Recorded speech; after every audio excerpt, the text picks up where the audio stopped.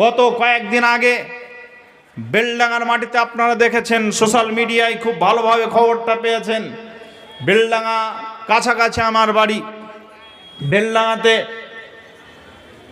আপনার হিন্দুদের একটা পুজো মণ্ডপ, সেখানে যেটা ইলেকট্রিক যে বোর্ডগুলো হয়, যেখানে নাম লেখা হয়, বিবাহ অনুষ্ঠান বাড়িতে দেখা যায় ছেলে মেয়ের নাম সেখানে লেখা থাকে, চলে যায়, একটার পর একটা আসে।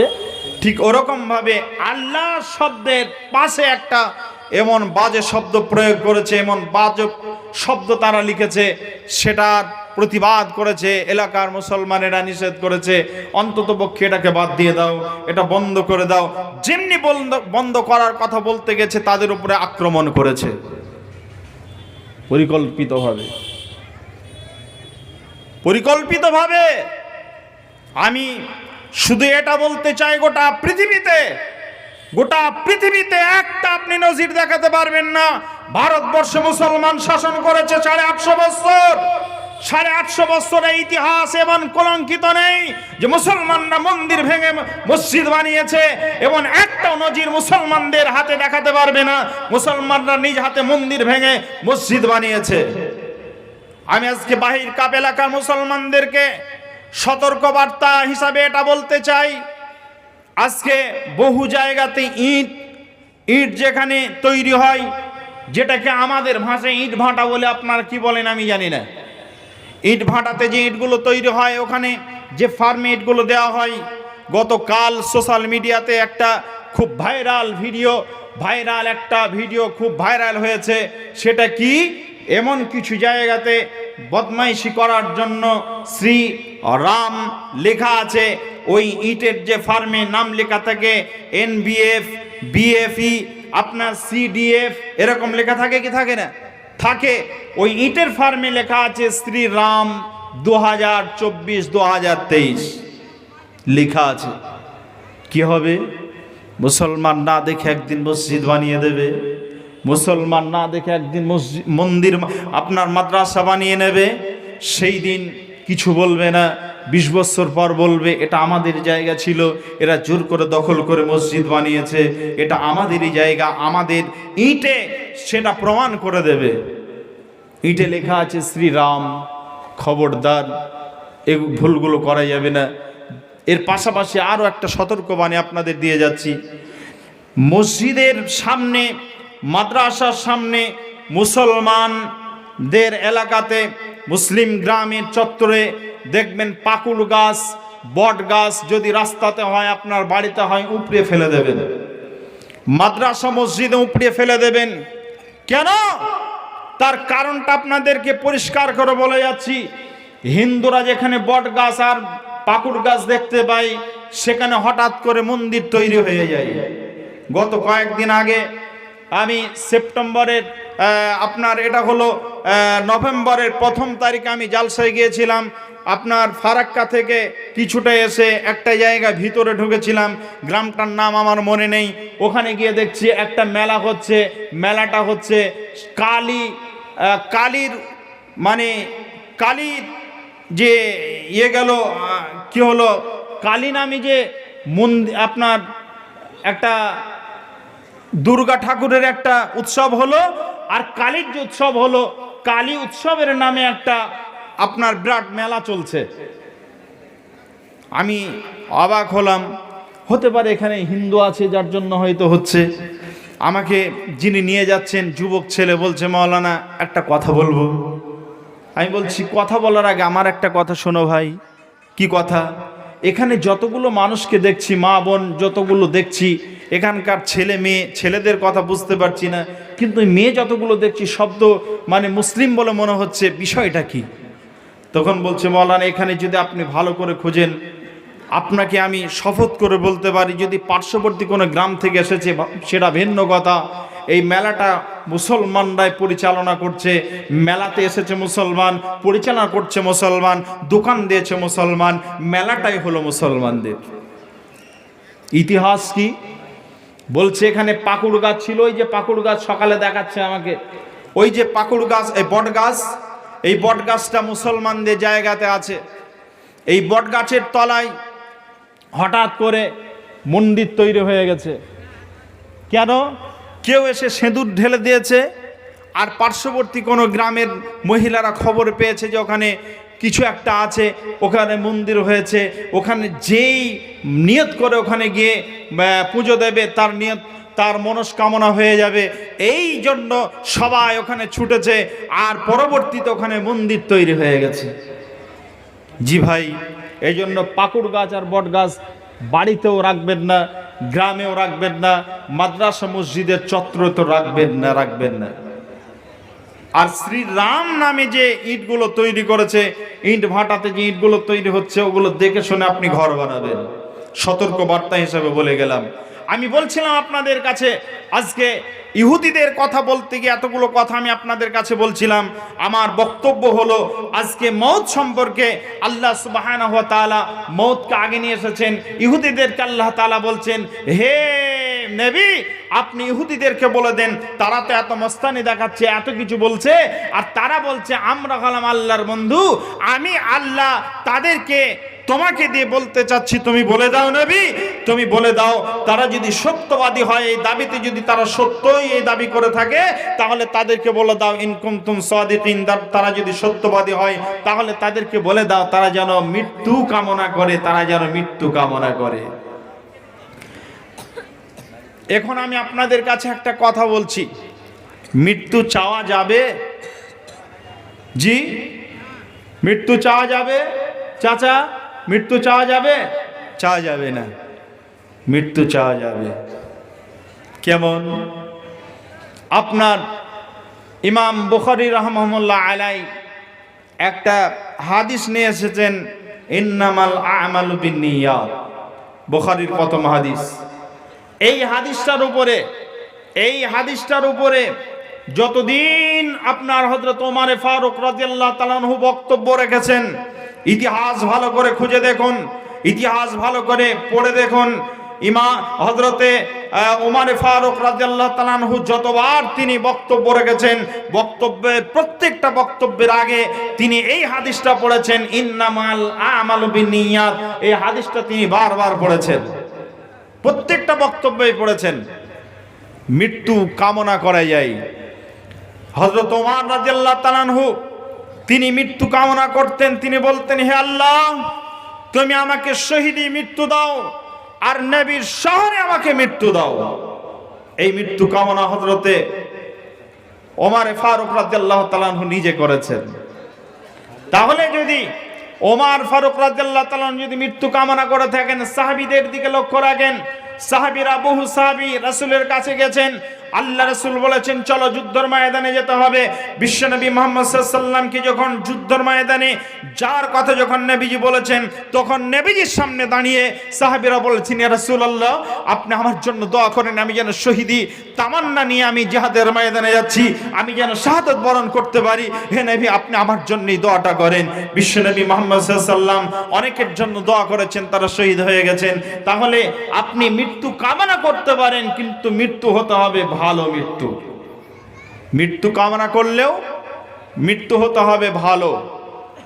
জি, মৃত্যু হতে হবে ভালো। ভালো মৃত্যু কামনা করলে মৃত্যু কামনা করা যায়। কিন্তু আপনি যদি এই মৃত্যু চান যে আল্লাহ, আমি আর দুনিয়া করতে আমার ভালো লাগছে না, এত বদমাইশি, আমার সংসারে মন বসছে না, আমার সংসারে স্ত্রীর সঙ্গে আমার মিল হচ্ছে না, ছেলেরা আমার কথা শুনছে না, আমার মেয়েরা আমার কথা শুনছে না, আমি দুনিয়া করতে চাই না, তুমি আজকে আমার মৃত্যু দিয়ে দাও, এটা হলে পরে আপনার ভুল হবে। আপনি যদি এইভাবে মৃত্যু কামনা করেন যে আল্লাহ, আমি ট্রেনে যাচ্ছি, আমি যেন ট্রেনে কেটেই মারা যায়, আমি আজকে যেন আর ঘরে থেকে বাইরে হয়ে যাচ্ছি, ঘরে যেন আর না ফিরি, এই মৃত্যুগুলো আপনাকে কামনা করা যাবে না। মৃত্যু কামনা করতে হবে ভালো। এই জন্য আমার একজন উস্তাদ তিনি দোয়া করেন, কি মৃত্যুর ক্যাটালগ হলো এরকম, তিনি দোয়া করেন, আল্লাহ, হে আল্লাহ, তুমি আমাকে ওই মৃত্যু দাও আমার পরিবারে যত আমার ছেলে আছে, আমার ছেলেদেরকে মৃত্যু দাও, তারা যেন শহীদ হয়ে মৃত্যুবরণ করতে পারে। আল্লাহ তুমি যদি এটা আমার নসিবে না লিখে থাকো, তাহলে অন্ততপক্ষে আল্লাহ তুমি ওই মৃত্যুটা আমাকে দাও। আমি যেন নামাজি হালাতে, আমি যেন সাজদারত অবস্থাতে ফজরের নামাজে যেন আমার মৃত্যু হয়, এই মৃত্যু তুমি আমাকে দাও। এরকম ভাবে তিনি দোয়া করতেন। এই দোয়াটা আজও তিনি অক্ষত রেখেছেন, দোয়াটা করেন। বিশ্বনবী মুহাম্মদ রাসূলুল্লাহ সাল্লাল্লাহু আলাইহি ওয়াসাল্লামের আগে একজন নবী এসেছিলেন। ওই নবীটার নাম হলো হযরত নবী ইব্রাহিম আলাইহিস সালাতু ওয়াস সালাম। হযরত ইব্রাহিম আলাইহিস সালাম দোয়া করেছিলেন, আল্লাহ তুমি আমাকে ওই মৃত্যু দাও, আমি আমার সঙ্গী হিসেবে তুমি ওদেরকে আমার পছন্দনীয় ওই সঙ্গীদেরকে তুমি বানিয়ে দাও। আল্লাহ তাআলা আমার দুনিয়াতে এবং আখিরাতে আমার যেন ওই লোকগুলো আমার সঙ্গী হয়। আল্লাহ রাব্বুল আলামিন বলেছেন, ওয়া মাইয়ুতিল্লাহা ওয়া রাসূলাহু ফাউলাইকা মাআল্লাযীনা আন'আমা আল্লাহু আলাইহিম মিনান নাবিয়্যিনা ওয়াস-সিদ্দিকিনা ওয়াশ-শুহাদা'i ওয়াস-সালিহিনা ওয়া হাসুনা উলাইকা রাফিকা। আল্লাহ তাআলা তিনি বলেছেন, ও আল্লাহ রাব্বুল আলামিনের সঙ্গে যে মানুষগুলো আল্লাহর ইতাআত করবে, রাসূলের আনুগত্য করবে, ওই মানুষগুলোর মধ্য থেকে 5 প্রকারের মানুষের কথা নয়, 4 প্রকারের মানুষের কথা আল্লাহ তাআলা বলেছেন। মিনান নাবিয়িনা ওয়াস-সিদ্দিকিনা ওয়াশ-শুহাদা'i ওয়াস-সালিহিনা ওয়া হাসুনা উলাইকা রাফিকা। আল্লাহ তাআলা তুমি আমার সঙ্গী হিসাবে, ইব্রাহিম আলাইহিস সালাম দোয়া করতেন, আল্লাহ আমার সঙ্গী হিসাবে তুমি ওই সলফে সালেহিনদের সঙ্গী হিসাবে আমাকে তুমি বানিয়ে নাও, আমি যেন সলফে সালেহিনদের সঙ্গী হতে পারি। আল্লাহ তাআলা আমাকে মৃত্যুর পরে যেন আমি ওই নেককার মানুষদের দলভুক্ত হতে পারি। আল্লাহ তুমি এই মনস্কামনা আমার পূরণ করে দাও।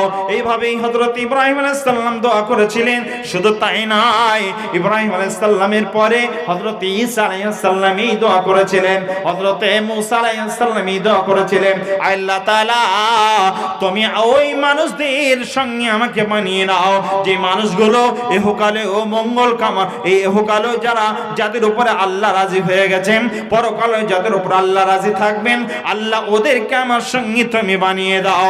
আল্লাহ রাব্বুল আলামিন বলেছেন 4 শ্রেণীর মানুষের কথা আল্লাহ তাআলা বলেছেন, 4 শ্রেণীর মানুষের কথা, মিনান নাবিয়িনা ওয়াস-সিদ্দিকিনা ওয়াশ-শুহাদা'i ওয়াস-সালিহিনা ওয়া হাসুনা উলাইকা রাফিকা। আল্লাহ তাআলা ওই ভালো উত্তম বন্ধু আমাকে বানিয়ে নাও। তারা কারা? নবীদের দলভুক্ত আমাকে বানিয়ে নাও। কিয়ামতের দিন যেন আমি নবীর উম্মত হিসাবে নবীর কাছে যেন থাকতে পারি। আল্লাহ তাআলা এটা তুমি বানিয়ে দিও। শুধু তাই নয়, আল্লাহ আসসালামু আলাইকুম। আমি মা বোনদেরকে অনুরোধ করে বলছি, আপনারা পিছনে বসে গেছেন, পিছনে মেয়েরা এসে বসতে পারছে না। একটু অনুরোধ করে বলছি মা বোন আপনারা ওই পর্দাটার দিকে এগিয়ে যান। একটু অনুরোধ করে বলছি আপনারা এগিয়ে যান। কেন আপনারই বোন, আপনারই মা, আপনারই খালা, বয়স্ক মেয়ে ছেলেরা আসছে, পিছনে দাঁড়িয়ে থাকছে, ওরা কিন্তু বসতে পায় না। জালসা শুনতে এসে যদি আপনি একটু কথাই না শোনেন তাহলে কেমন করে হবে? একটু আগিয়ে যান, অনুরোধ করে বলছি আপনারা একটু আগিয়ে যান। আমার পালার সাথে সাথে আপনারা এগিয়ে যান। যদি না আগান আবার আমি দেখতে যাবো যে আবার আপনারাকে বিরক্ত করব। একটু এগিয়ে যান। আসসালামু আলাইকুম।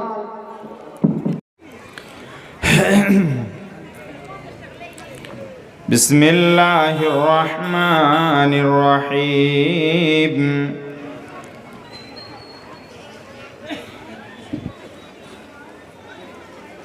وعن أبي هريرة رضي الله تعالى عنه قال قال رسول الله صلى الله عليه وسلم أكثروا ذكرا هادم اللذة الموت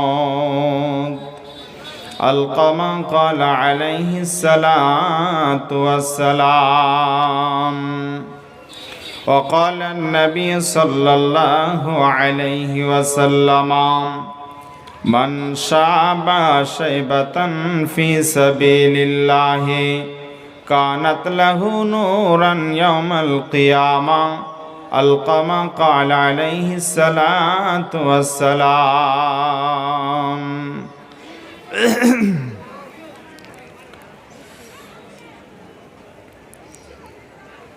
মরণ পাখি যেদিন এসে করবে ডাকাডাকি, থেমে যাবে জীবন তোমার, বন্ধ হবে আঁখি। থেমে যাবে জীবন তোমার, বন্ধ হবে আঁখি। মরণ পাখি যেদিন এসে করবে ডাকাডাকি, থেমে যাবে জীবন তোমার, বন্ধ হবে আঁখি। ওরে মন, থেমে যাবে জীবন তোমার, বন্ধ হবে আঁখি। দুনিয়াতে আছো তুমি টাকা পয়সা নিয়ে, মরার পরে করবে দাফন সাদা কাপড় দিয়ে। যাইবে তুমি খালি হাতে, থাকবে পড়ে সবই। যাইবে তুমি খালি হাতে, থাকবে পড়ে সবই। থেমে যাবে জীবন তোমার, বন্ধ হবে আঁখি। থেমে যাবে জীবন তোমার, বন্ধ হবে আঁখি। ওরে মন, থেমে যাবে জীবন তোমার, বন্ধ হবে আঁখি। আপন আমল করো ভারী, সময় যে আর নাই। আপন আমল করো ভারী, সময় যে আর নাই। মরণ পাখি দিলে রে ডাক, রবে না উপায়। মরণ পাখি যেদিন এসে করবে ডাকাডাকি, থেমে যাবে জীবন তোমার, বন্ধ হবে আঁখি। থেমে যাবে জীবন তোমার, বন্ধ হবে আঁখি। দুনিয়ারি রং তামাশায় আছো তুমি মেতে, এই দুনিয়া ছাড়তে হবে পরকালে যেতে। জান্নাত জাহান্নামের কথা মনে আছে নাকি? থেমে যাবে জীবন তোমার, বন্ধ হবে আঁখি। থেমে যাবে জীবন তোমার, বন্ধ হবে আঁখি। উপস্থিত আজকের বাহির কাপ গ্রামের উদ্যোগে আয়োজিত আজকের এই তাবলিগি জলসার সুযোগ্য সম্মানিত সভাপতি মহাশয়, মঞ্চে উপবিষ্ট ওলামায়ে ইকরাম, সামনে বিভিন্ন গ্রাম থেকে আগত ছোট বড় বয়োজ্যেষ্ঠ বয়োঘনিষ্ঠ সুধী শ্রোতামণ্ডলী, পর্দা নাসিনা মা এবং বোনেরা, প্রাণ প্রিয় রথুয়া মালদাবাসী, সর্বপ্রথম আল্লাহ তাআলার প্রশংসা যে আল্লাহ রব্বুল আলামিন আজকে আমাদেরকে একটি তাবলিগি জলসা কেন্দ্রিক মাহফিলে আসার এবং সুন্দরভাবে আদবের সহিত বসার সুযোগ দান করেছেন। সে আল্লাহ পাক রব্বুল আলামিনের প্রশংসা করে মুখরিত করে তুলি। সকলে সমসুরে একটি বাক্যের দ্বারাই প্রশংসা করে মুখরিত করে তুলি। সকলে পড়ি আলহামদুলিল্লাহ। সবাই মিলে সকলে বলি আলহামদুলিল্লাহ। জোর হলো না। আলহামদুলিল্লাহ বললে নেকি আছে না পাপ? কথা বলেন। নেকির কাজে এত স্লো কেন বাবজি? একটু জোরে বলে আলহামদুলিল্লাহ। অতঃপর প্রিয় নবী সাল্লাল্লাহু আলাইহি ওয়াসাল্লামের প্রতি লাখো কোটি সালাম বিবর্ষিত হোক। আল্লাহুম্মা সাল্লি আলাইহি আল্লাহুম্মা বারিক আলাইহি। আজকে আমি আপনাদের সামনে কোরআনুল কারীম থেকে কয়েকটি জায়গা থেকে আয়াতে কারিমা পাঠ করেছি।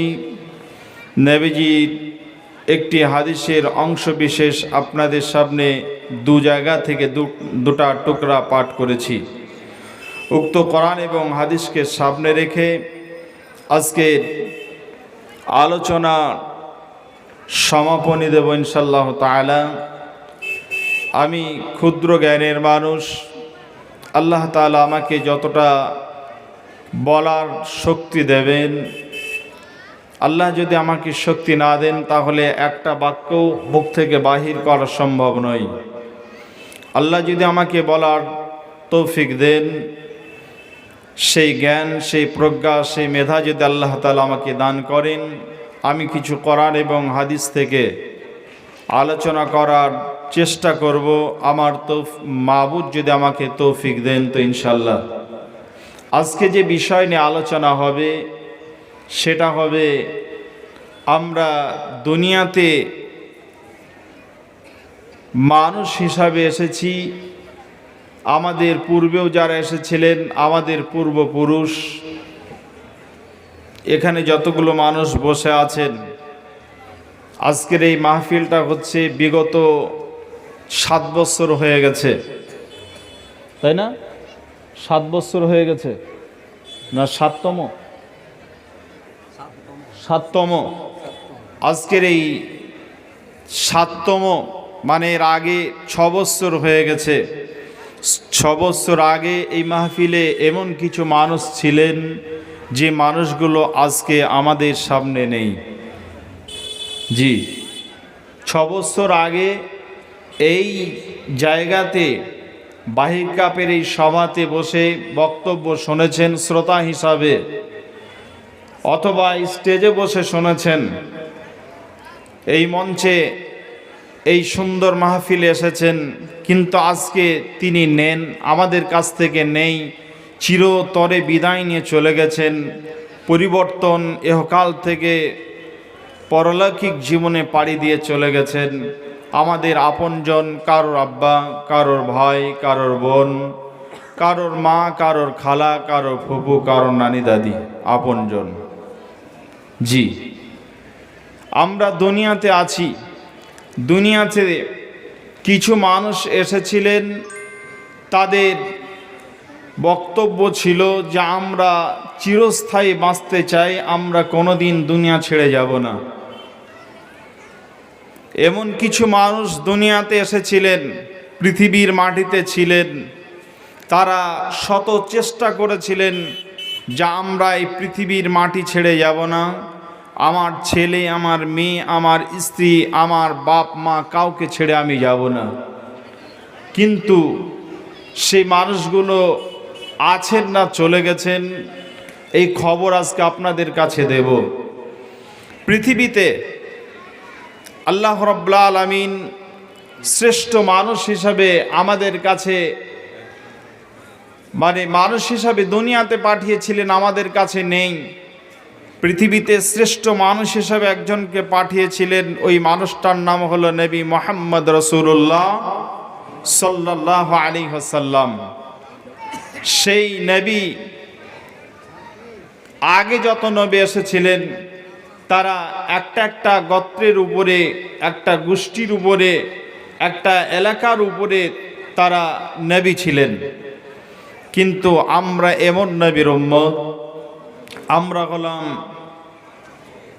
কিয়ামত পর্যন্ত যত মানুষ পৃথিবীতে আসবেন সমস্ত মানুষের নবী হলেন নবী মুহাম্মদ রাসূলুল্লাহ সাল্লাল্লাহু আলাইহি ওয়াসাল্লাম।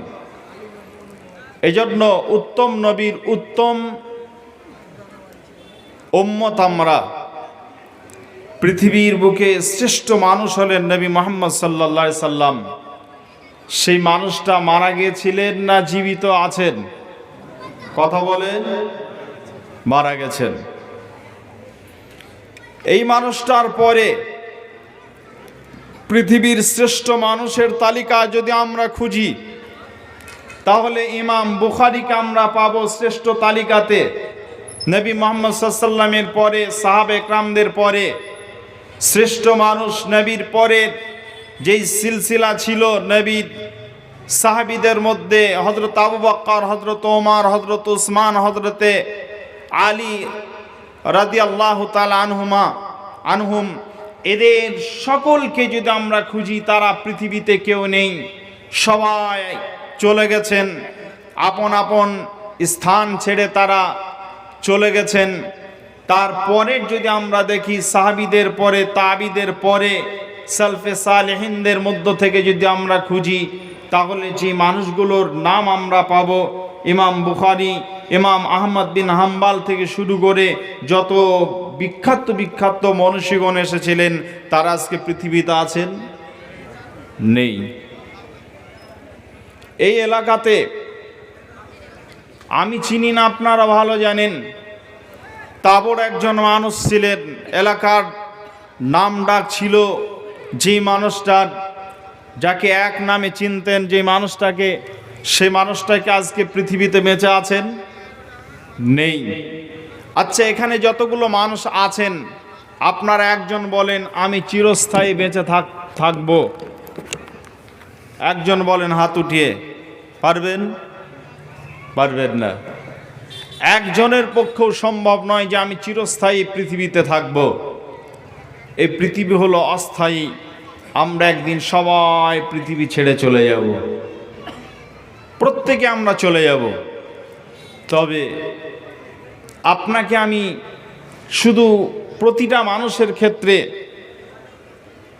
যদি প্রত্যেকটা মানুষের ব্রেনে শুধু একবার করে অন্তত পক্ষে এটা যদি দিনে 24 ঘন্টা, রাত দিনের মাঝে 24 ঘন্টার মাঝে যদি 1 ঘন্টা সময় শুধু যদি থাকবো না, নেই, অনেকে চলে গেছেন, আমার পালা আসবে যেদিন আমিও চলে যাব। আমি চিরস্থায়ী এখানে থাকতে আসিনি, কয়দিনের মেহমান, দুনিয়া ছেড়ে আমাকেও যেতে হবে। আমার আব্বা চলে গেছেন, কবরে শুয়ে আছেন, দাদা চলে গেছেন, কবরে শুয়ে আছেন, আমার প্রিয় সন্তান কবরে শুয়ে আছেন। এই চিন্তা ভাবনা যদি 24 ঘন্টার মাঝে 1টা ঘন্টাও যদি করতেন, আধা ঘন্টা যদি করতেন, তাহলে অন্যায় অপকর্ম থেকে আমি আপনি সকলেই বাঁচতে পারতাম কি পারতাম না? পারতাম। আপনাদের এলাকায় কিছু ছেলে আছে, প্রত্যেকটা এলাকাতে আছে। এই ছেলেগুলো দেখবেন রাস্তাতে যখন যাই, তখন এমনভাবে বাইক চালায়, তাদের একটা গ্যাং থাকে, 4 জন 5 জন 7 জনের গ্যাং থাকে। এরা দেখবেন রাতে বেশি চালায় অথবা বৈকালে বেশি চালায়, যে সময়টাতে মানুষের ভিড়ভাট্টা বেশি থাকে, আর যেখানে ভিড় বেশি সেখানে জোরে গাড়ি চালায়। আছে না এরম কুলাঙ্গার ছেলে? আছে। এই কুলাঙ্গার ছেলেগুলোর জন্য সবাই বলে আল্লাহ সবার মরণ দিল, তোদের মরণ কবে দেবে? বলে কি বলে না? বলে। আপনাদের এই সামনে এটা হলো রথুয়া আর এই শামসি রোডে কোন এক জায়গাতে অ্যাক্সিডেন্ট হয়েছিল কয়েক মাস আগে, সম্ভবত মনে হয় যেন এটা আমি নেমেছি আপনার ব্যাংক মোড়ে, পাকুড়তলায় হতে পারে, জানছি না, আমার মনে নেই। আমি মোবাইলে দেখেছিলাম, তাদের অস্তিত্ব বলতে কিছুই ছিল না, সঙ্গে সঙ্গেই ডেথ। এমন ঘটনা ঘটে কি ঘটে না? ঘটে। তা এই ছেলেগুলোর জন্য বিশ্বনবী মুহাম্মদ সাল্লাল্লাহু আলাইহি ওয়াসাল্লাম বলেছেন 3টা জিনিস খুব তাড়াতাড়ি করবে, 3টে কাজ তোমরা বিলম্ব করবে না, খুব তাড়াতাড়ি করবে। নাম্বার 1, 1 নাম্বার কাজ, যখন নামাজের টাইম হবে, মসজিদে যখন মুয়াজ্জিন আজান দিয়ে দেবে হাইয়া আলাস সালাহ হাইয়া আলাল ফালাহ, তখন সঙ্গে সঙ্গে তোমরা সমস্ত দুনিয়াভি কাজ ছেড়ে দিয়ে মসজিদে চলে যাও। মাঠে আছো, অনেক দূর থেকে আওয়াজ শুনতে পাচ্ছ, আজানের আওয়াজ তোমার কানে যাচ্ছে, ওখানেই তুমি যে অবস্থায় আছো ওই অবস্থাতেই নামাজ পড়ে নাও। নামাজ তাড়াতাড়ি করবে, নামাজকে বিলম্ব করবে না। এই কাজটা বিশ্বনবী মুহাম্মদ সাল্লাল্লাহু আলাইহি ওয়াসাল্লাম করতে বলেছেন। 2, আল্লাহর নবী বলেছেন 2 নাম্বার, যখন মানুষ মারা যাবে সঙ্গে সঙ্গে তার জানাজা দিও, দেরি করবে না, বিলম্ব করবে না। কেন? হতে পারে লোকটাকে তুমি চিনো না, আল্লাহর দরবারে লোকটা খুব দামি, লোকটা জান্নাতি, লোকটাকে যত রাখবে তত তার জান্নাতে পৌঁছাতে দেরি হয়ে যাবে। এই জন্য তাকে তাড়াতাড়ি দাফন করে দাও। তার জন্য সবাই অপেক্ষা করছে, ফেরেশতারা অপেক্ষায় রয়েছে। যদি লোকটা মেয়েগুলা রাস্তার উপরে জায়গা হয়ে গেছে, তো আগা দিয়ে একটু টানতে বলছে, পিছনে জায়গা হয় না, আগা দিক ফাঁকা আছে, একটু বলে দেন আপনি। আচ্ছা, 2 নাম্বার বলে দিলাম, জানাজা টাইম হলে পারে কোনো মানুষ যদি মারা যায় সঙ্গে সঙ্গে তার জানাজা দিতে হবে, দেরি করা যাবে না। কিন্তু আমাদের একটা প্রচলিত রেওয়াজ হয়ে গেছে, প্রথা হয়ে গেছে। কি প্রথা? প্রথাটা হলো এই যে আমার পোতা আছে কলকাতায়, ব্যাঙ্গালোরে আছে, বোম্বাইয়ের মাটিতে আছে, আমি দাদু মারা গেছি, অথবা আমার ছেলে বাইরে আছে, বোম্বাইয়ের মাটিতে আছে, সুরাটে আছে, আমি মারা গেছি। আমার ছেলের কাছে খবর গেল, আমার ছেলে বলছে আমার আব্বার মুখটা একটু দেখতে চাই, বাপের মুখ দেখতে চাই। আমি যতক্ষণ না যাব ততক্ষণ মাটি দিও না। যে বলছে সেও না লায়ক, কিছু বুঝে না, আর যারা রাখছে তারাও কিছু বুঝে না। এরা ভাবছে ও আসলে পারে হয়তো জান্নাত পেয়ে যাবে, জান্নাতের টিকিট দিয়ে দেবে। মোবাইলে দেখে নাও, এতদিন তো বহু দেখেছো, আবার কিসের দেখা? বাপকে মোবাইলে দেখলেও তো হবে, দেরি করা যাবে না। যদি লোকটা দুষ্ট হয়, লোকটা যদি খারাপ লোক হয়, যদি জান্নাতি লোক নাও হয়, তাহলে তার জন্য দুনিয়ার সবাই অভিশাপ করছে। তার জন্য গাছপালা, রাস্তাঘাট, সমস্ত জিনিস তার জন্য অভিশাপ করছে। এজন্য তাড়াতাড়ি তাকে মাটি দিয়ে দাও। 2 জিনিস হলো তাড়াতাড়ি করতে বলেছেন নবী। 3 নাম্বার যে জিনিসটা, এটা হলো আমাদের সমাজে বড় ক্যান্সার। কি? আমার আগের মাওলানা বলছিলেন বিবাহর ব্যাপারে, বলতে গিয়ে অনেক কথা উনি বলেছেন। তা বিবাহর জন্য কোনো বাড়িতে যখন যুবক ছেলে থাকবে, কোনো বাড়িতে যখন যুবতী মেয়ে, সে যখন সাবালিকা হয়ে যাবে, নাবালিকা থেকে যখন সে অ্যাডাল্ট হয়ে যাবে, ছেলে হোক চাই মেয়ে হোক, তখন তার তাড়াতাড়ি বিবাহের ব্যবস্থা করে দাও। আমরা মেয়ের বিবাহ তাড়াতাড়ি দিতে চাইলেও ছেলের বিবাহ দিতে চাই না। কেন? না, তখন কৌশল অবলম্বন করি, উদ্দেশ্য কিন্তু আলাদা। কি উদ্দেশ্য? ছেলের বিবাহ দেব, বউ আসবে, ছেলে যদি আলাদা হয়ে যায় ইনকাম পাবো না, এই কারণে ছেলের বিবাহ দিতে চাই না। আর প্রচার করে রাস্তাঘাটে, চায়ের দোকানে, মোড়ে প্রচার করে। প্রচারটা কি? যে আমার ছেলের যদি বিবাহ দিই তাহলে খাওয়াবে কি? আরে নালায়েক, তুমি কি রুজির মালিক? তোমাকে কে খাওয়াই? তোমার বাপ খাওয়ায়? তোমার বাপকে কে খাওয়ায়? যে আল্লাহ তোমাকে রুজি দিতে পারে, সে আল্লাহ তোমার ছেলেকে রুজি দিচ্ছে। সেই আল্লাহ যদি তোমার ছেলেকে, তোমাকে যদি রুজি দিতে পারে, তোমার বৌমা হিসাবে যে মেয়েটি বাড়িতে আসবে তার রুজির ব্যবস্থা তিনি করে রেখেছেন। পৃথিবীতে যে বাচ্চাটা আসবে তার রুজি বরাদ্দ করেছেন স্বয়ং আল্লাহ। আমি কতদিন থাকবো? আজকে বাহির কাপে এসেছি, আল্লাহ আমার তাকদিরে লিখে দিয়েছেন 2024 সালে নভেম্বর মাসের 23 তারিখে বাহির কাপে যাবে।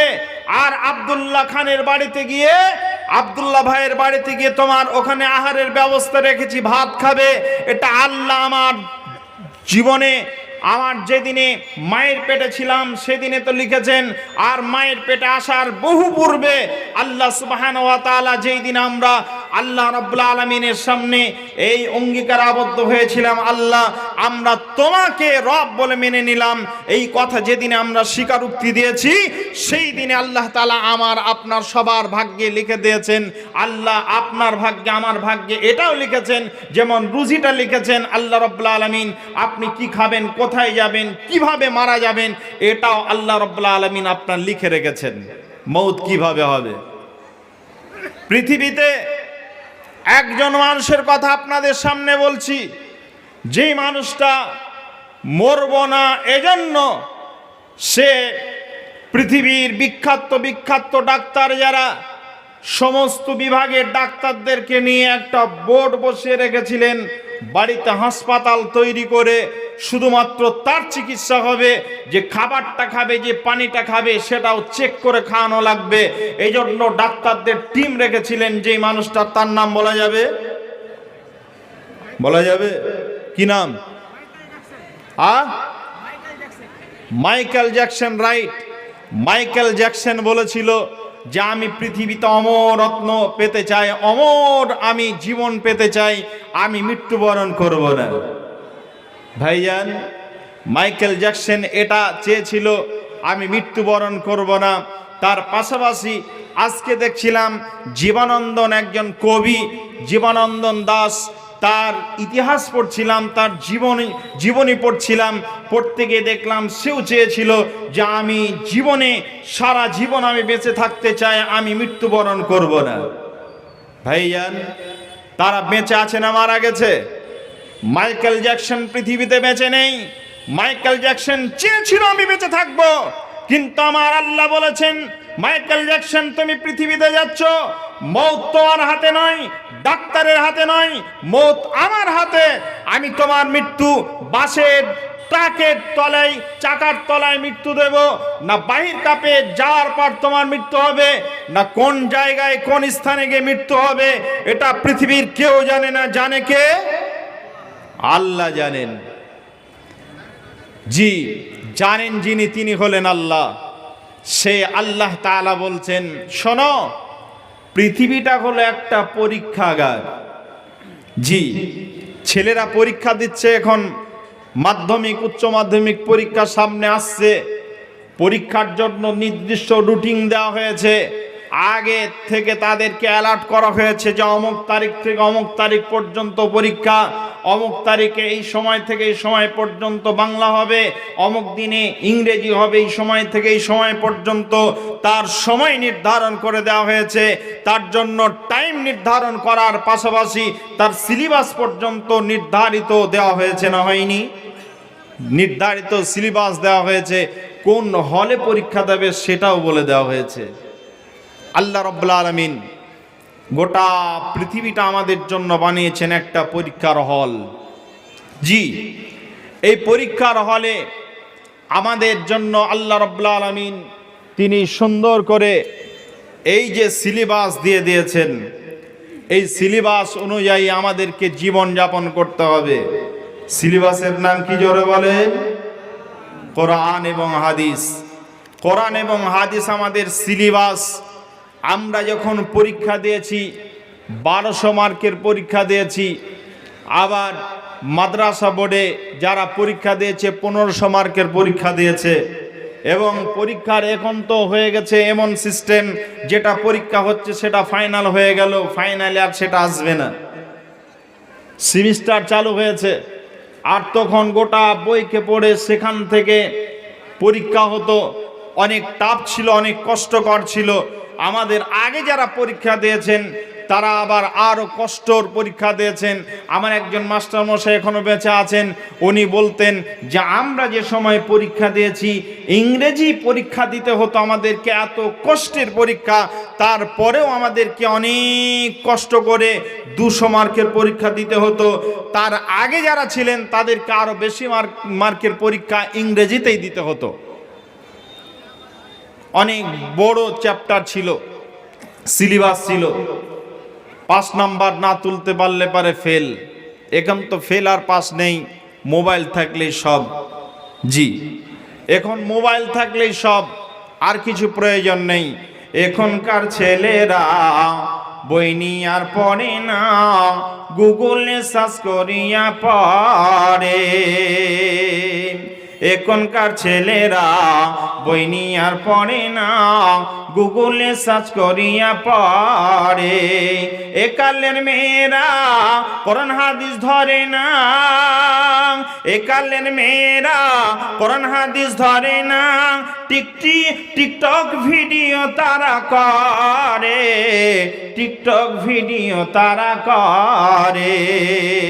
কয়েকদিন আগে আপনাদের এটা হলো বাহির কাপ, আমি আসছিলাম ওই দিনে আপনাদের এখানে বালুয়াঘাট এসেছিলাম, রাস্তায় আসছিলাম, হঠাৎ করে একটা খবর দিল যে একটা মেয়ে, তার সঙ্গে আরো 3-4টা মেয়ে আছে, তারা স্কুল কলেজে যেখানেই যাক না কেন টিকটক ভিডিও বানাতে চেয়েছিল। তা দেখবেন তারা বলছে যে আমরা এভাবে, একটা লোক বলছে, আমার খুব কাছের মানুষ ফোন করে বলছে, ভাই ভিডিওটা তোমাকে পাঠালাম, দেখো কিভাবে তার মৃত্যু হলো। এইভাবে টিকটক ভিডিও বানাচ্ছে একজন, আসে ওই দরজার দুটো পাশে দুটো রড থাকে, ওই রড ধরে এভাবে হেলাম দিয়েছে, আর যে এগুলো থাকে কি বলে কারেন্টের যে পুলগুলো থাকে ওখানে লেগে সঙ্গে সঙ্গে মেয়েটা শেষ, যুবতী মেয়ে টিকটক বানাতে গেছে। জি ভাই, তা আমি বলছিলাম কি কথা আপনাদের সামনে, আমি বলছিলাম গোটা পৃথিবীটা হলো আমাদের জন্য পরীক্ষার হল, আর এটা হলো আমাদের সিলেবাস, এটার নাম হলো কোরআন, আর নবী মুহাম্মদ সাল্লাল্লাহু আলাইহি ওয়াসাল্লামের হাদিস, তার জীবন আদর্শ হলো আমাদের সিলেবাস। এই দুটি বইয়ের দুটি জিনিসের আপনার সমন্বয় হলো আমাদের সিলেবাস। এই সিলেবাস থেকে আমাদের পরীক্ষা হবে, আর পরীক্ষার হলে আমাদের পরীক্ষা দিতে হবে। সময় হলো আমাদের জন্য নির্দিষ্ট সময় দেওয়া হয়েছে 60 বছর, 65 বছর, 70 বছর, বড় জোর 80 বছর। জি, এই জীবনে আমাদেরকে পরীক্ষা দিতে হবে। আল্লাহ রাব্বুল আলামিন বলেন, বিসমিল্লাহির রহমানির রহিম, আল্লাযী খালাকাল মাউতা ওয়াল হায়াতা লিয়াবলুয়াকুম আইয়ুকুম আহসানু আমালা ওয়া হুয়াল আজিজুল গফুর। আল্লাহ রাব্বুল আলামিন বলছেন, আল্লাযী খালাকাল মাউতা, আমি আল্লাহ তোমাদেরকে সৃষ্টি করেছি, শুনে নাও। আমি সৃষ্টি করার পরে আমি আল্লাহ রাব্বুল আলামিন তোমাদের মাঝে, আমি তোমাদেরকে সৃষ্টি করার পর আমি হায়াতকে সৃষ্টি করেছি, মওতকে আমি আল্লাহ তাআলা সৃষ্টি করেছি। মওত এবং হায়াত এই দুটি জিনিসকে আমি আল্লাহ তাআলা সৃষ্টি করেছি। কেন আগে মওতকে আল্লাহ তাআলা সৃষ্টি করলেন, তারপরে কেন হায়াতকে দিলেন? মওত কেন আগে, হায়াত কেন পরে? আল্লাহ রাব্বুল আলামিন বলছেন, মওত নামক গাড়িটা তোমার কাছে ছেড়ে দিলাম, আর হায়াত নামক রোডে তুমি গাড়িটা সুন্দর করে তুমি কাটাতে যাবে, এমন সুন্দর করে গাড়িটা পরিচালনা করবে যাতে করে তোমার কোনো জায়গায় টাচ না লেগে গাড়িটার রং নষ্ট না হয়ে যায়, কোনো জায়গায় অ্যাক্সিডেন্ট হয়ে কোনো জায়গায় তোমার দুর্ঘটনার সম্মুখীন হতে না হয়। এই জন্য আমি আল্লাহ তাআলা তোমাকে হায়াত নামক রোডে মওত নামক গাড়ি দিয়ে তোমাকে ছেড়ে দিয়েছি, যাতে করে বাপকে তুমি এমন ভাষা তুমি প্রয়োগ করবে না। বাপ তোমার ওই আচরণে বাপ কষ্ট পাবে, অনেক কষ্ট পেয়ে সে কান্না করবে, গভীর রাত্রিতে উঠে তোমার জন্য দুঃখ প্রকাশ করবে। এই কারণে তুমি এমন আচরণ তুমি করবে না। আল্লাহ রাব্বুল আলামিন বলছেন, শোনো, আমি আল্লাহ রাব্বুল আলামিন মওতকে আগেই জন্য সৃষ্টি করেছি। কাইফা তাকফুরুনা বিল্লাহি ওয়া কুনতুম আমওয়াতা ফাআহইয়াকুম সুম্মা ইউমীতুকুম সুম্মা ইউহয়িকুম সুম্মা ইলাইহি তুরজাউন। আল্লাহ বলছেন, আমি এই জন্য মওতকে সৃষ্টি করেছি যাতে করে তোমরা মওতকে স্মরণ করে আল্লাহ রাব্বুল আলামিনকে অস্বীকার করতে না পারো, কুফরির মতো এত জঘন্য পাপে নিমজ্জিত না হয়ে যাও। এই জন্য আমি আল্লাহ তাআলা পাপের কাজে যাতে করে ফেঁসে না যাও, এই কারণে আমি আল্লাহ রাব্বুল আলামিন তোমাদের কাছে মওতকে পাঠিয়েছি। আগে মওতকে সৃষ্টি করেছেন। যদি আপনার হাতে আমার হাতে কলম আর খাতা দেওয়া হয়, যারা শিক্ষিত মানুষ আছেন, আপনাকে বলা হলো আপনার পছন্দ অনুযায়ী কিছু জিনিসের নাম লেখেন, জি, মহিলা মা বোন যারা আছেন মহিলা প্যান্ডেলে আপনাদের সামনে অনেক জায়গা ফাঁকা আছে, পিছনে জায়গা হচ্ছে না। এখন তো সবেমাত্র শুরু, এ তো বারবার বলতে হবে মা বোন, যাতে করে বলতে না হয় দ্বিতীয়বার। আপনারা আল্লাহর কোরআন শুনতে এসেছেন, কোরআনের উপরে আমল আগে শুরু করেন, তারপর ওয়াজ শোনেন। আগে কোরআনের উপরে আমল শুরু করেন, তারপরে বাকি ওয়াজটা শুনবেন। যদি আমল করতে পারেন তাহলে আজকের বক্তব্য আপনার উপকার হবে, আর যদি আমল না করতে পারেন তাহলে আপনার শোনাটাই বৃথা হবে। কি আমল? আল্লাহ তাআলা বলেছেন তাফাসসাহু ফিল মাজালিসি ফাফসাহু ইয়াফসাহিল্লাহু লাকুম। এই আয়াতের উপরে আপনি আমল করেন, আপনার সামনে যে জায়গাটা আছে ওই জায়গাটা পূর্ণ করেন, আর পিছনের মা বোনদেরকে বসার সুযোগ করে দেন। জি, তাহলে আল্লাহ তাআলা আপনার অনেক কাজ যেগুলো আপনার জন্য অনেক কঠিন, সেগুলো আল্লাহ তাআলা আপনার জন্য আসান করে দেবেন, প্রশস্ত করে দেবেন। মা বোন, আপনাদের কাছে আমি বলে দিলাম, আপনারা এই আমলটা করেন। আপনারা মুখে কথা বলবেন না, শুধু আমলটা করেন, সামনের জায়গাটা পূর্ণ করেন। জি, চলুন আগে বাড়ি, আগেই যাই। আপনাদের হাতে কলম আর খাতা দেওয়া হলো, আর প্রিয় জিনিসের নাম লিখতে বলা হলো। আপনারা লিখবেন বাপের নাম, মায়ের নাম, স্ত্রীর নাম, আপনার বাড়িতে গরু, ছাগল, মোষ, আপনার যত ফল আছে ফলের কিছু নাম লিখলেন। এই করতে করতে করতে করতে এক পর্যায়ে এমন পরিস্থিতি হবে আপনাদের কাছে একটা নাম এটা আসবে, হায়াত, মৌত, এটাও আপনি লিখবেন। জি, হায়াত, মৌত এগুলো আপনি লিখবেন ওই লিস্টে, এটাও লেখা আসবে। আপনারা যারা প্লেনে চড়েছেন তারা জানেন, প্লেনে যারা চড়েছেন তারা জানেন কলকাতা বিমানবন্দর রয়েছে। এখানে বহু বিমান বিভিন্ন জায়গা থেকে, বিভিন্ন দেশ থেকে এসে ওখানে নামে, বড় বড় প্লেন নামে। যেই প্লেনে আপনার 550, 850, 1200, 1500 পর্যন্ত লোক নিয়ে বিমান উড়ে চলে যায়। এত বড় বড় বিমান কলকাতাতেও নামে। জি, সেই বিমান আজনাবি একটা বিমান, যদি আপনার যে চিনে না জানে না, কোনো দিন ওই পাইলট কলকাতা বিমানবন্দরে সে ল্যান্ড করেনি, এমন পাইলট যদি কলকাতার ওই বিমানবন্দরে আসে, সে যদি ল্যান্ড করে, আবার যখন সে উঠবে, সে যখন আবার যাত্রা শুরু করবে, যখন তার গাড়িকে আবার স্টার্ট দেবে, বিমান যখন স্টার্ট হবে, আবার যখন চলতে শুরু করবে, তখন সে তো জানি না এই আমার রানওয়ে কত দূর আছে। এই জন্য বিমানবন্দরে একটা সিস্টেম আছে, যদি 3000 কিলোমিটার রাস্তা হয়, 2500 কিলোমিটার রাস্তা হয়, তাহলে 2500টা আগে লেখা হয়।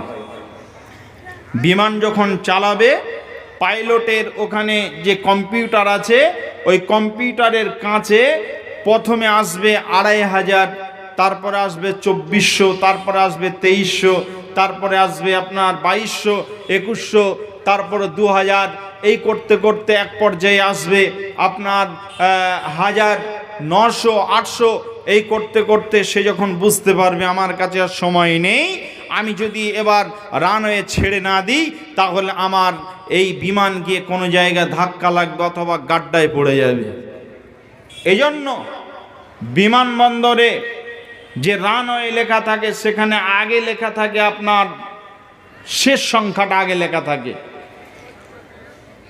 আপনার 1, 2, 3, 100, 200, 500, আপনার 1000, 1200। এই যে 100 এটা শুরু না, আপনার 2400 বা 2500 এটা শুরু, 100টা শুরু। তো ওখানে শুরুটা লেখা থাকে না, শেষটা লেখা থাকে, শেষ অঙ্কটা লেখা থাকে। কেন? পাইলটের সুবিধার্থে লেখা থাকে, যাতে করে পাইলট বুঝতে পারে আমার হাতে আর সময় নেই, আমি আর বেশি মাটি পাবো না, আমি আর বেশি রানওয়ে পাবো না, আমাকে ছেড়ে চলে যেতে হবে। জি, ঠিক এমনই মওতকে আল্লাহ তাআলা আগে নিয়ে এসেছেন। যত আয়াত দেখবেন সব জায়গাতে মওতকে আল্লাহ তাআলা আগে নিয়ে এসেছেন। কি বলছেন? কিছু বলেনি, সব জায়গাতে মওতকে আল্লাহ তাআলা আগে নিয়ে এসেছেন। কেন? তার কারণ হলো আল্লাহ তাআলা বলছেন বিসমিল্লাহির রহমানির রহিম আল্লাযী খালাকাল মাউতা ওয়াল হায়াতা লিয়াবলুয়াকুম আইয়ুকুম আহসানু আমালা। আমি আল্লাহ সৃষ্টি করেছি মওতকে আগে, তারপরে হায়াতকে দিয়েছি। কেন? যাতে করে তোমরা আমলের জিন্দেগিটা উজ্জ্বল করতে পারো, সুন্দর করতে পারো। আহসানু আমালা, যাতে করে তোমাদের আমলটা সুন্দর হয়ে যায়, তোমাদের আমলে খামখুত না থাকে, তোমরা ওই আমলটা সুন্দর করে করতে পারো। এই জন্য আমি আল্লাহ তাআলা তোমাদের কাছে আগে মওতকে দিয়েছি। আজকে আমার বাড়িতে বিবাহ, আমরা 5 ভাই। 5 ভাইয়ের মধ্যে আমি হলাম 3 নাম্বার ভাই, ভাইদের মধ্যে। আমার পরের যে ভাইটা MBBS ডাক্তার, আগামীকাল তার বিয়ে। আপনারা বিয়ের আগের দিন কি বলেন? মুখে ভাত কি বলেন? থুবড়া। হ্যাঁ, জি থুবড়া। আমাদের দিকে এটা অন্য ভাষা বলে। জি থুবড়া বলছেন আপনারা। আমরা অনেক জায়গায় বলে আই বড় ভাত, অনেক জায়গায় বলে আই বড় ভাত, অনেক জায়গায় থুবড়া বলে, অনেক জায়গায় ক্ষীর খাওয়া বলে। তা আমাদের দিকে এটা ক্ষীর খাওয়ানির রাত বলা হয়। এই রাতটা আগামীকাল বিবাহ, আর আজকে রাতকে বলা হয় ক্ষীর খাওয়ানির রাত। তা আমার ভাইয়ের আজকে ওই ডাক্তারের বিবাহ আগামীকাল। আপন ভাই, চাচাতো ভাই নয়, আপন ভাই। 5 ভাইয়ের মধ্যে এই ভাইটার বিবাহ হতে বাকি আছে, বাকি 4 ভাইয়ের হয়ে গেছে। এই ভাইয়ের আগামীকাল বিবাহ। আব্বা বলছে যাওয়া হবে না, আর আপনাদের ডেট আগে নেওয়া আছে, তারপর বিবাহর ডেট হয়েছে। গত বছরের আগের বছর আমি প্রোগ্রামে বাইরে হয়েছি, এমন সময় খবর এলো নানি মারা গেছে। গ্রামে নানির বাড়ি, নানি মারা গেছে। মা বলছে যাওয়া হবে না, নানি মারা গেছে, জালসায় কেন যাবে তুমি? জালসা তো প্রতিদিন করছো, জালসায় যাওয়া হবে না। আমি জালসার যারা দায়িত্বে আছেন তাদের ফোন করলাম, ভাই এই পরিস্থিতি, বাড়িতে মা যেতে দেয় না, নানি মারা গেছে, আর নানির মাটি দিয়ে যদি আমি যাই তাহলে জানাজা পড়েও যদি বাইর হয়ে আপনাদের প্রোগ্রামে পৌঁছাতে পারবো না, কারণ আমার বাড়ি থেকে আপনাদের প্রোগ্রাম অনেক দূরের রাস্তা, গাড়ি নিয়ে আসলেও পৌঁছাতে পারবো না। কি করব আপনারা বলেন? বলছেন আপনার মতো একটা বক্তা খুঁজে দেন। আমি খুঁজলাম কিন্তু কাউকে পেলাম না, বললাম কাউকে পাচ্ছে না, বলছে আপনাকে আসতে হবে। ডেট নিয়েছেন আপনি। নানিকে রাখলাম, নানিকে দেখে চলে গেলাম। মাকে বললাম মা কথা দিয়েছি, জবান ঠিক রাখতে হবে, কারণ রাসূলের জামানায়, রাসূল যখন রাসূল হননি তার আগে, নবী হওয়ার আগে আইয়ামে জাহিলাতের যুগে 2টি জিনিসের খুব মান ছিল। তার মধ্যে একটা হলো জবানের খুব মান ছিল, কথা দিয়েছে মানে কাজ সেটাই হবে। 2,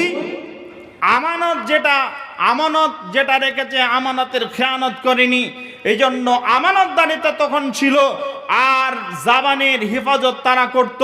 এই 2টি জিনিসের খুব তারা ইজ্জত দিত। এজন্য তাদের কথা আল্লাহ তাআলা কোরআনে নিয়ে এসেছেন, আর বিশ্বনবী মুহাম্মদ সাল্লাল্লাহু আলাইহি ওয়াসাল্লাম বহু জায়গায় নিয়ে এসেছেন। আপনারা যদি খুব সূক্ষ্মভাবে কোরআন হাদিস দেখেন, ইতিহাসগুলো দেখেন, তাহলে বুঝতে পারবেন তাদের দাম কত ছিল। এই 2টি কারণে তাদের মান কত ছিল। আজকে আমাদের মান রাস্তায় ধুলোয় মিশে গেছে। তার কারণ হলো আপনার কাছে, মৌলানার কাছে যদি আমি 50,000 টাকা রাখি, কোনো মানুষের কাছে যদি 50,000 টাকা রাখি, গ্রামের প্রধানের কাছে যদি আপন ভেবে যদি 1 লাখ টাকা দিই, সে বলবে বাবা তুমি টাকা দিয়েছিলে ঠিকই, কিন্তু খরচা করে ফেলেছে, কিছুদিন পর দেব। আপনার যখন প্রয়োজন তখন আর পাবেন না। আমানত ঠিক নেই। জি আমানত ঠিক নাই। আর মিথ্যার কথা তো বলাই যাবে না। তা আমি আপনাদের কাছে বলছিলাম, নানিকে রেখে চলে এসেছিলাম। আজকেও ভাইয়ের বিবাহ, আব্বা বারবার নিষেধ করছিলেন যেতে হবে না, কিন্তু কথা দিয়েছে আপনাদের কাছে, বিবাহর চাইতে আপনাদের কাছে কথাটা আমার কাছে অনেক দাম, এজন্য এসেছি। মা বোন যারা বসেছেন, আপনাদের বসা হয়তো ঠিক হয়নি, খবর এসেছে, আপনার একটু ধীরস্থিরভাবে ঠিকঠাক করে বসুন, পজিশন করে বসুন, যাতে আপনার সামনের জায়গা ফাঁকা না থাকে। পিছনে যারা আসবে তারা পিছনে এসে বসবে, আর আপনারা যারা আছেন সুন্দরভাবে বসে আছেন, এভাবে আপনারা বসে থাকেন। আমার কথা আপনাদের বুঝতে অসুবিধা হচ্ছে? খারাপ লাগছে? কথা বলেন জি। চলেন তাহলে আমি বিবাহর কথাটা কেন বললাম, আমার ভাইয়ের বিবাহ, এ কথাটা এজন্য বলছি, একটা কথা বোঝাবার জন্য এই কথাটা আমি নিয়ে এলাম। তা না হলে ভাইয়ের কথা আমি বলতাম না। বলছিলাম এই জন্য যে আমার ভাইয়ের বিবাহর দিন ধার্য হয়েছে, আর দিন ধার্য হওয়ার আগে, তার আগের দিন পর্যন্ত একটা চিঠি কাউকে লেখা হয়নি, কারোর নামে একটা চিঠি পাঠানো হয়নি যে অমুক দিনে বিবাহ, আমার বিবাহতে তুমি আসবে। দুই ফ্যামিলি অ্যাডজাস্ট হয়ে একটা দিন ধার্য হয়েছে, নির্দিষ্ট দিন যখন ধার্য হয়েছে, তারপরে প্যান্ডেলওয়ালাকে প্যান্ডেল বলা হয়েছে, আর আপনার যারা রান্না করবে তাদেরকে বলা হয়েছে, বাবুর্চি বলা হয়েছে, যারা খাওয়াবে তাদেরকে বলা হয়েছে, আমার বাজার ঘাট কে করবে, কিভাবে, কোথা থেকে করা হবে, সব চিন্তা ভাবনা করে বসে একটা একটা করে সিলেক্ট করা হয়েছে। আর ওই দিন ধার্য হওয়ার পর কাকে কিভাবে কবে বলতে হবে, কাকে দিয়ে কোন লোকটাকে বলতে হবে, কোন লোকটার কাছে চিঠি পাঠাতে হবে, সব দিন ধার্যর পর হয়েছে, তার আগে কিন্তু হয়নি। কথা ক্লিয়ার? ঠিক আল্লাহ রাব্বুল আলামিন আমার আপনার মওতের দিনটা আগে দিয়েছেন। কেন মওতের দিন আগে দিয়েছেন? এজন্য যাতে করে আপনি আমি ওই আখিরাতের কথা, কবরের কথা, মরণের কথা ভেবে, মৃত্যুর কথা ভেবে আমার কি কি প্রয়োজন আছে মৃত্যুর পর, ওগুলো যাতে করে সুন্দর করে গুছাতে পারি, এই জন্য আল্লাহ সুবহানাহু ওয়া তাআলা আগে মওতকে দিয়েছেন। আল্লাহ কথাই বলছেন, বিসমিল্লাহির রহমানির রহিম, আল্লাযী খালাকাল মাউতা ওয়াল হায়াতা লিয়াবলুয়াকুম আইয়ুকুম আহসানু আমালা ওয়া হুয়াল আজিজুল গফুর। আল্লাহ রাব্বুল আলামিন বলছেন, আমি হায়াতকে আগে, মওতকে আগে সৃষ্টি করেছি, তারপরে হায়াতকে সৃষ্টি করেছি। কেন কেন আমি আল্লাহ তাআলা আগে মওতকে দিলাম জানো? যাতে করে আহসানু আমালা, আমলগুলো সুন্দর করে করতে পারো, গুছিয়ে নিতে পারো। আখিরাতে আর কোনো আমল তোমার কবরে পৌঁছাবে না, মৃত্যুর সঙ্গে সঙ্গে প্রত্যেকটা আমল বন্ধ হয়ে যাবে। বিশ্বনবী আমার বলেছেন, ইযা মাতাল ইনসানু ইনকাতা আনহু আমালুহু ইল্লা মিন সালাসাতিন ইল্লা মিন সাদকা। আল্লাহর নবী বলেছেন, যখন একটা মানুষ মৃত্যুবরণ করে তার সমস্ত আমল বন্ধ হয়ে যায়।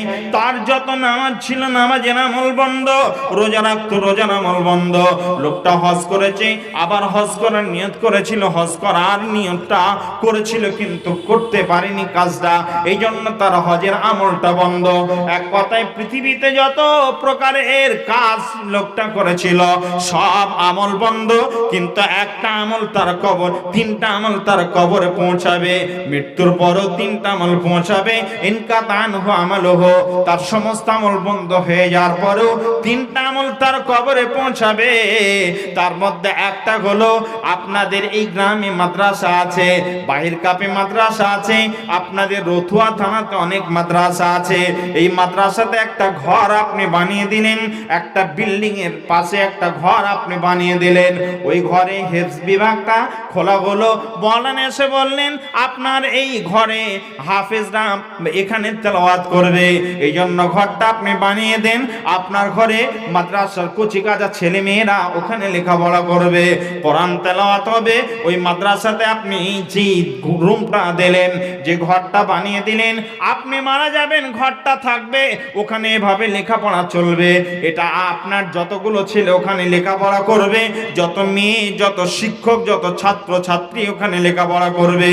ওই মসজিদ, ওই ঘরে প্রত্যেকটা দিন আপনার একটা আমল ওখানে হবে, ওই আমলের একটা অংশ আপনার কবরে আপনি শুয়ে শুয়ে পাবেন। এই আমলটাকে বলা হয়েছে সাদকা জারিয়া। আপনার এলাকাতে, আপনার গ্রামে একটা মসজিদ বানানো হচ্ছে, ওই মসজিদটা আপনি বললেন আমার এক কাঠা জমি ছিল, ওই জমিটা বিক্রি করে দিয়ে আমি কিছু ইট এখানে কিনে দিলাম। আপনার ঘরের টাকা ছিল, ওই টাকাতে যে কিছু সিমেন্ট আপনি মাত্র ওই মসজিদে দিয়ে দিলেন, কিছু রড দিলেন, কিছু সিমেন্ট দিলেন, ওখানে যেই আপনি খরচাটা করলেন, ওই খরচাটা আপনার করার জন্য আপনার টাকাতে মসজিদ বানানো হলো, আপনার ওই ইট দিয়ে, আপনার ওই সিমেন্ট দিয়ে, আপনার রড দিয়ে মসজিদ বানানো হলো। ওই মসজিদে মানুষ নামাজ পড়বে, ইবাদত করবে, ওখানে জিকির আজগার চলবে। ওখানে যতদিন মসজিদটা থাকবে ততদিন আপনার কবরে একটা নেকি পৌঁছাবে। এটাকে বলা হয়েছে সাদকা জারিয়া। এটা আপনার কবরে পৌঁছাবে। মাদ্রাসা মসজিদ আপনি দিলেন, এই সাদকা জারিয়া হিসেবে চলমান সাদকা। আপনাদের এখানে নদী পার হয়ে এলাম, এই নদীতে একটা পানি যখন বর্ষার সময় থাকে পানিটা বয়ে চলে যায়, এটা আপনাকে বলা হয় চলমান নদী। ঠিক একইভাবে আপনাদের ভাগীরথী নদী আছে, আপনাদের এই ফারাক্কার যে নদী আছে, এটা একটা নদী। আপনাদের এলাকায় আর অনেক নদী থাকতে পারে, আমি জানি না। এই নদীতে দেখবেন চলমান পানি সব সময় বয়ে চলে যাচ্ছে, ঠিক এটাকে বলা হয়েছে চলমান দান, চলমান নেকি। আপনার এটাকে বলা হয়েছে চলমান নেকি, আপনার কবরে পৌঁছাবে সদা সর্বদা।